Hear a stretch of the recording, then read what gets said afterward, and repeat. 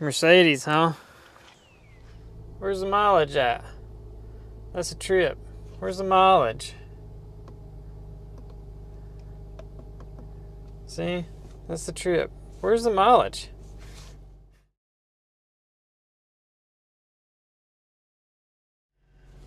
What's going on, everybody? Today we've got ourselves a 2010 Mercedes GLK 450? 350. GLK 350. And as you can see, the cluster doesn't show how many miles is on the car. And the customer has no idea how many miles is on the car. They bought it this way. They want to know if I can fix it. So, I've seen this before, and what it is somebody at some point has changed the cluster out. For whatever reason, maybe the other one was bad or whatever. I have no idea. He has no idea. Auction car come this way, so he needs to see if we can figure this out and get that fixed. And I've actually replaced these clusters before, and what I did is copied the EEPROM data from the original one into the new one, and no issues. The mileage would show and count and do everything it needed to do. But without having the original cluster, I don't know if I can fix it. We're gonna give it a try. Okay, so with the dashes, this basically the cluster telling on somebody for changing it. And what it is the mileage is stored in multiple modules. I don't know exactly how many Mercedes uses. I know there's at least two, the cluster and something else. But there's a discrepancy between the two. So when you scan this thing with a car, it's going to try to pull the mileage that's in the cluster. And it can. This cluster has 49,000. 50,000 miles. This car ain't got 50,000 miles. Look at this brake pedal wear. Do you think that's gonna happen in 50,000 miles? No. That kind of brake pedal wear didn't happen in 50,000 miles. So let me do some research, see if I can figure out what other module stores the mileage on this thing, and see if I can figure a way to pull it out of it and figure out how many miles is really on this, and see if I can get the cluster to accept that somehow. Yep, I got it out, and as you can see, there's the junkyard routing. And somebody's also split it apart. But let's see if we can get this thing working. Okay, so I did a little bit of research, and in this car, the mileage is also stored in the electronic ignition control unit. So basically the key switch box. So hooked the Autel up just because it works a little better than Snap-on these things, but going in here, I've already got the cluster took apart actually, and that right there is the EEPROM that we're going to have to mess with. But if we go in here to live data, and then last stored main odometer reading, there we go, 163,000 miles. So this is what we need to get in this somehow.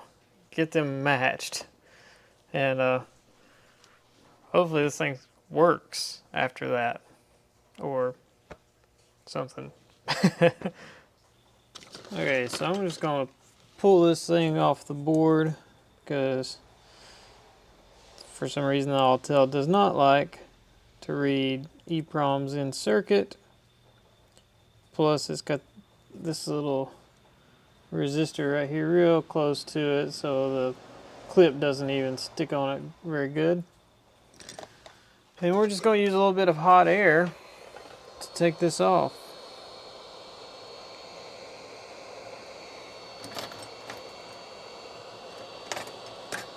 I just kind of like to pre-warm the board. I don't get too close with the hot air just yet. Just kind of warm the whole area up. Let the flux flow under the chip and everything real good. And then once it's kind of preheated a little bit, I'll go in here and I'll just kind of grab my chip, and I'm just barely picking up on it, and there you go, that easy. And keep in mind which side number 1 is on. I probably need to mark my board before I forget, but that's how easy it is to take one off. So don't really see a reason not to take it off. And I'm going to put a little dot for number 1. And now we just transfer it into our little reader. Just drop it right down in there. Make sure it's pushed in good. I usually kind of like to give it a couple presses and releases to try to make sure that's seated real good. Now on the laptop here, I've already got an EEPROM selected microchip. It's a 24LC128 EEPROM, of course. So hit OK, and we're going to hit read. See if we got the right thing. There we go, read successfully, and there's our file. So I'm not yet sure where the mileage is hidden in here. I still got to do some more research to try to find it, but hey, at least we read the chip. So we're going to save as. Okay, so got that saved as the original file, and now I just need to do some research to find out where the mileage is hidden at in here. I'm sure it's going to be in several places, and I'm also going to have to figure out how to calculate it. Okay, so I've got my edited file. Apparently all the mileage is just here in the top section, and basically it just kind of repeats itself, as you can see. So this is my original one. Here's my modified after doing the calculations to get what I needed for this. And now we're just going to write it to the chip and hopefully put it back together and it worked. I did read that I might have to do some work with the EIS as well to kind of get it to resync, because if they're off just a little bit, you get these dashes. So I might have to do some work with that as well to get that corrected. So, but we're right successful. So we're going to stick it back on the cluster, put it together, and see what happens in the car. I'm sitting here in the Mercedes, and I do have it fixed. My first attempt was not successful. Probably not my second or third either. I kind of lost count.